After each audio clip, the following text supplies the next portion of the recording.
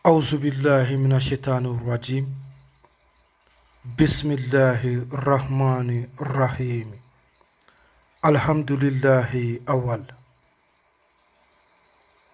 اللهم صل على محمد وعلى آله محمد. السلام عليك أيها النبي ورحمة الله وبركاته. Ambe alajon bela jelenfo. Ka mumini kelen kelen bela jelenfo. Ka doni kene kanubaga kelen kelen bela jelenfo ni alaba ka jen. Alajon ni an sigilen kana an ka kene barkama kono. Ni oye doni kene. Doni kene sigi ko bisaba ani kelena. Doni kene volume 31. Doni kene sigi ko bisaba ani kelena. Abeka kuma dumeka. Ambe titri di auma. Ka conseil do tuku ola ka di an kanu bakaw ma aw ka aw koloshi. O kofe ambe faida di auma. Bi faida titri abe dumeka. Vivre en harmonie dans la famille. Si vous constatez que votre femme ou mari n'a plus l'amour ou l'affection, ikanga munke amena kuma ode kambi. O dume mamu ibe feka vini ka dembaya ilafia la kasoro problem bama do ika dembaya kono kata ke du kono deunte nyongo kanfo walma muso do besna ya kele wula walma dona brambe nyongona karama seneni ni me nyongona dongo do mangande be efe solution be ola amena ode di ala jong mabi walma mado be amuso a kanute amuso la walma be ta soro furu chebe muso kanute ala bi faida be ka boli ode kan nin kɔfɛ amena conseil kangarida dume kɛ an kanubagaw ye ala jɔnw ye o ye dume o de aw ka dɔn ka fɔ an ye dɔɔni kɛnɛ sigi aw ala jɔnw de kama an ye dɔɔni kɛnɛ sigi aw muminiw de kama nka bi an ɲɛ b'a la réseaux sociaux kan internetiw sanfɛ maaw kɛlen do k'an ka titriw ta dɔɔni kɛnɛ u bɛ yaala ka karamɔgɔ modeli bɛɛ wele jinɛtigi fara boli sɔnna ka aw ye aw farati n'a fɔla dɔɔni kɛnɛ mali kɔnɔ diɲɛ fan o fan n'u ma Gawusu Kiyasu Dukure tɔgɔ fɔ ye i yɛrɛ ɲini ka bɔ a kɛnɛ ka gosilikɛlaw don an ye dɔɔni kɛnɛ ta ka dɔɔni di alajɔnw ma alajɔnw y'a lamɛn nka jugu minnu wulilen don munafiki minnu bɛ dogo la n'u bɛ ka tɔgɔ in ta tuguni k'u bɛ baara wɛrɛ kɛ ni a ye n'a ye a mɛn aw kan'u lamɛn aw kan'u jaabi i bɛ tugu dɔ kɔ k'o de bɛ dɔɔni kɛnɛ kɛ sabu an balimamuso caman de bɛ n wele kɔsa in na n'u y'a tape YouTube Facebook fan o fan ko dɔɔni kɛnɛ u bɛ ne Gawusu Kiyasu Dukure yira u la mɛ dɔɔni kɛnɛ sigilen don mɔgɔ langolo wɛrɛw fɛ maa wɛrɛw fɛ mun tɛ ne ka dɔɔni kɛnɛ ye kanubagaw a ye aw kɔlɔsi aw ka hakili to aw yɛrɛw la sabu maliba in kɔnɔ jamana in kɔnɔ ni i nana ni ko o ko ye k'a kɛ ka ɲɛ ala ni kira kama sitanɛ fana bɛ a ka jɔn dɔw de ci u kana don o ko la ka o ko ɲagami maa o maa n'i y'i tu i yɛrɛ ma k'u wele k'u ye dɔɔni kɛnɛ lamɛn k'a bɛ taa ne tɛ k'o fɔ n kanubaga bɛɛ ye k'o fɔ alajɔn bɛɛ lajɛlen media caman de bɛ yen munafiki caman de bɛ yen n'u bɛ ka u ka tituru bila bi ko dɔɔni kɛnɛ k'u bɛ fayida di alajɔnw ma alors que an cɛ ka jan i ko jɛgɛjala ni baji n'i ye maa o maa wele ko dɔɔni kɛnɛ don wa n'u ye telefɔni ta f'u ye ko Gawusu Dukure bɛ yen wa a Sheikh Yakub Dukure denkɛ n'u ko k'o tɛ yen i yɛrɛ ɲini ni m'i yɛrɛ ɲini n'u y'i bila ka taa boli sɔn n'u y'i bila ka taa jinɛw bato n'u y'i bila ka taa nɔnɔkɛnɛ bɔn baji la n'u y'i bila ka taa sɛ faga baji la n'u y'i bila ka taa saga faga baji la n'u y'i bila ka taa misi faga baji la ne Gawusu Kiyasu Dukure tɛ an ye dɔɔni kɛnɛ sigi Ala jɔnw de kama nin t'a san kelen dɔɔni kɛnɛ filɛ nin ye nin y'a sigi ko 31 na de ye volume 31 o kama an ko an bɛ Ala jɔnw ladi aw k'aw kɔlɔsi aw ka hakili to aw yɛrɛw la ko ni a ɲɛna juguw de bɛ don a kɔrɔ ko f'u k'a ɲagami aw minnu ye an kanubagaw ye aw minnu k'aw bɛ sa Ala ni aw ka kiraba in kɔ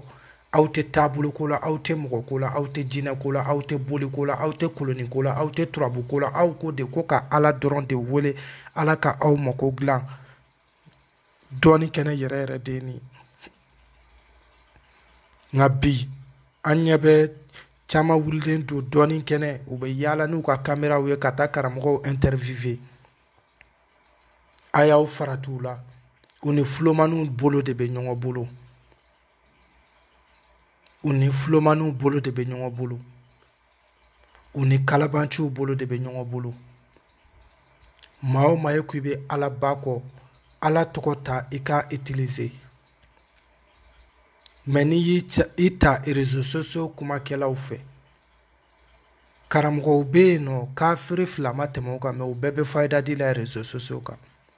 ayiwa kuma de ka nɔgɔn olu ma n'u kumana i b'a fɔ nin ye waliju ye k'a sɔrɔ kafiri ka waliju don sitanɛ ka walijuw bɛ yen Ala ka walijuw bɛ yen maa o maa e bɛ dɔɔni kɛnɛ lamɛn dɔɔni kɛnɛ i hakili bɛ Gawusu Kiyasu Dukure de mais média lankolon média nafiki minnu wulilen don esikuruya la n ɲɛ b'u la n tɛ kumana de n'i y'a ye anw famana voyage y'a kɛ o kɔfɛ baaraw cayala kojugu fatigi sɛgɛn bonyana farikolo la fo an k'an reposer o kama bi an ko an bɛ segin ka na dɔɔni kɛnɛ sigi ko 31 na kɔnɔ Ala jɔnw k'u méfier Ala jɔnw k'u kɔlɔsi dɔnnibaga qualité bɛɛ de bɛ bi dugukolo sanfɛ dɔɔni kɛnɛ a kuma bɛ fɔ nka bɛɛ tɛ se ka dɔɔni kɛnɛ sigi sabu anw bɛ dɔɔni kɛnɛ mun sigi an mago tɛ k'an yɔrɔ fɔ mɔgɔ ye an tɛ publicité kɛ yan an ka téléphone numéro tɛ di mɔgɔ ma yan an tɛ manamanakan fɔla yan dɔɔni kɛnɛ sigila de can ka banke Ala jɔnw aw minnu bɛ k'an suit nin t'a san kelen n'i ye maa wɛrɛ talen sigi a bɛ téléphone numéro di la a b'a la n ye nin nasi bɔ n ye nin wusulan bɔ dɔɔni kɛnɛ tɛ ne Gawusu Kiyasu Dukure tɛ maa o maa n'i bɛ ne wele k'u ye fayida mɛn dɔɔni kɛnɛ na ni ne yɛrɛ tɛ kana na karamɔgɔ munafiki walima animateur jahili média jahili si ka kuma fɔ ne ye yan sabu bi médiaw sigilen don wari ɲini de la e maa min i b'i ka sira kan n'u y'a ye i bɛ Ala ka sira yɛrɛ de kan Ala jɔnw b'i kɔ u fana bɛ na ni sitanɛ ka sira ye n'i y'a mɛn dɔɔni kɛnɛ n'i ma Sheikh Gawusu Dukure sɛbɛnlen taa i mago la fulomaniw don escrocs don trompeurs don u bɛ n'i mago sa k'i ni Ala cɛ tiɲɛ k'i kɛ boli sɔnna k'i bila i ka taa turabuw ci manamana ko k'i ni Ala cɛ tiɲɛ taa saga faga baji la na ni 100,000 na ni 1,000,000 na ni nin ye a ye dɔɔni kɛnɛ tɛ yen an ye dɔɔni kɛnɛ sigi de yaasa Ala jɔnw bɛ kisi ninnu tɔɔrɔ ma ka Ala tɔgɔw di aw ma aw sigiyɔrɔ la aw k'a ta aw k'a pratiquer aw yɛrɛ ka kɛ aw yɛrɛw damana karamɔgɔw ye a bɛ taa nafolo minnu tiɲɛ a k'u jɔ dɔɔni kɛnɛ sigila kɔnɔna jɛlenya de kama i ye média fɛn fɛn u b'a sɛbɛn ko dɔɔni kɛnɛ u bɛ karamɔgɔ fulomani dɔ ta ka sigi i ɲɛfɛ i yɛrɛ ɲini dɔɔni kuma man ca dɔɔni kɛnɛ kuma tɛ se ka caya an bɛ dɔɔni di aw ma ni tun ye conseil de ye ka di kanubagaw ma sabu bi n'i ko dɔɔni kɛnɛ i ko Sheikh Gawusu Kiyasu Dukure n'an ye maa wɛrɛw bɛ ka na an ka titre ta ka taga Ala jɔnw fulo ka u gosi u n'u ka alimentaire média trompeurs nafigiw a y'aw farati u la. an ko ten maa mun e ka du kɔnɔna bɛ yen ko bɛn tɛ yen dukɔnɔmɔgɔw tɛ bɛn i mana wuli sɔgɔma i mana wuli tile fɛ i wulila waati o waati e b'a sɔrɔ mankan de b'i ka so kɔnɔ don o don mankan cɛ dɔ bɛ yen a n'a muso tile tɛ bin f'u ka ɲɔgɔn ci de cɛ mun bɛ yen e n'i furumuso tɛ bɛn don o don mankan de bɛ aw cɛ walima muso min bɛ yen e n'i furucɛ tɛ bɛn don o don aw bɛ mankan de la hali ni ye alimami bila k'u ladi a mankan tɛ ban don o don mankan de bɛ yen i bɛ kɛ hakilima ye i bɛ kɛ kuya i kɛra cɛ i kɛra muso ye an bɛ fayida mun di i ka to k'a kɔrɔbɔ n'i y'a mɛn dɔɔni kɛnɛ fayida fɛn fɛn bɛ di dɔɔni kɛnɛ kɔnɔ a tɛ fɔ n wele kɔfɛ wa a tɛ fɔ k'a tɔ to ni munafiki fɛn fɛn esukoro fɛn fɛn kalabanci fɛn fɛn taara dɔɔni kɛnɛ sigi ka kuma dɔ fɔ k'a ye n wele n ka nimoro la a y'a kɛ tan a y'a bɔ tan a y'a dɔn dɔɔni kɛnɛ tɛ dɔɔni kɛnɛ Gawusu Kiyasu ka ko don. Vivre en harmonie dans la famille. Si vous constatez que votre femme ou mari n'a plus l'amour ou l'affection, du kɔnɔ ka taa se furu kɔnɔ cɛ n'i y'a dɔn i muso t'i fɛ ou bien kanu t'a la muso caman bɛ yen u bɛ kɛ cɛ fɛ mɛ i bɛ taa sɔrɔ jinɛ sitanɛw de b'u la walima subagaw bɛna wasiwasiw ni jinɛ sitanɛw bɛna wasiwasiw bila u la u yɛrɛ t'a dɔn u bɛ mun kɛ k'a sɔrɔ u b'e fɛ mɛ u bɛ comportement ta k'i sɛgɛrɛ n balimakɛ e yɛrɛ b'a fɔ ko nin t'i fɛ k'a sɔrɔ a salen don i nɔfɛ a bɛ kɛ an balakaw la i n'a fɔ a bɛ se ka kɛ an falakaw la cɛlakaw caman caman bɛ yen nɔ n'u y'u furumuso ye dɔrɔn u bɛ dimi u yɛrɛ ma i yɛrɛ ɲininka i t'i kelen na walima ko dɔ bɛ yen i kan ka mun kɛ o la ni dekun ni problème bɛ mɔgɔ min da la e bɛ mun de kɛ e bɛ ala tɔgɔw de ta k'i banban ala tɔgɔw kan k'i sinsin ala tɔgɔw kan o ye ala tɔgɔ dumanw ye an bɛ n'o de di ala jɔnw ma faire 10 raka après réciter o ye jumɛn ye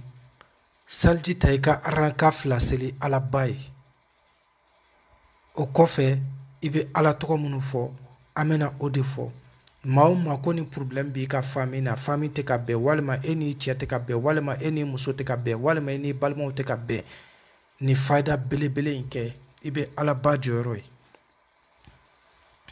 i kɛlen kɔ ka salji ta ka aranka 2 di ala ba ma i bɛ ala tɔgɔ jumɛn fɔ o de ye ya wadudu ya rahmanu ya wadudu ya rahmanu ya wadudu ya rahmanu ya wadudu ya rahmanu ya wadudu ya rahmanu ya wadudu ya rahmanu ya wadudu ya rahmanu ya wadudu ya rahmanu ya wadudu ya rahmanu i bɛ nin fɔ 605 fois siɲɛ 605 i bɛ nin fɔ o la o kɔfɛ i bɛ salatu kɛ kira ba kan i bɛ se salatu o salatu la après salat à la nabi de votre choix 20 fois siɲɛ 20 i bɛ se salatu o salatu la i b'o kɛ siɲɛ 20 20 fois n'i ye nin kɛ waati min o kɔfɛ i b'i ka ve fɔ siɲɛ 3 i b'a ɲini ala ba fɛ ala bɛn tɛ n ka du kɔnɔ walima ala ni n furumuso tɛ ka bɛn walima ala ni n furucɛ tɛ ka bɛn ni problème bɛ ni karimasina cɛ anw tɛ ka bɛn n'i ye nin fɔ ka ban i bɛ segin ka na tuguni i bɛ salatu kɛ kiraba in kan salat de votre choix 20 fois par jour ne bɛ kɛ don o don de fo ka taa semaine 1 dafa walima kalo 1 hakili la a bɛ faamu salat à la nabi après 23 fois après salat de votre choix 20 fois par jour problème be no ini mamu te ka be kelen ko ke ika veira ala bala o ko fe be salatu ke kira baka shemu kwa ibe se salatu o salatu la o ko fe ame dume fo awe pour unir une famille ni a nafila la mai amena do dume na mamu ni be fe ka a sebe ka nashi bo o fana be ke chugudi an ko te ni ne doni kene a bed before doni kene kono ante ta ka toto ko mo ka an wole telephone na sabu an be ala ko de la ni an wole iba sura an be ala wole de la tan foshite adama dembi yere negende dien ye wati kunguru ni di ni mun ke ala bay ibeta o de soro ika kaburu kono an ka nyuman ke yani sayache ika shi kongona me wuli ki ka ala wole ke kani jigi ke mashi ka dorome kana dien waru fle kana dien foshi fle ika ala nyini ni ala soro ka ban problème fen be ni salji ta ka jo fla ke ka ala wuli adon ala de be se ko problème gla foite ala tokobo ala jon ay ala tokota au ka ala wuli ni ay billahi Cheo chei dan dugu klafe wuli la ka ala wuli ite kun ola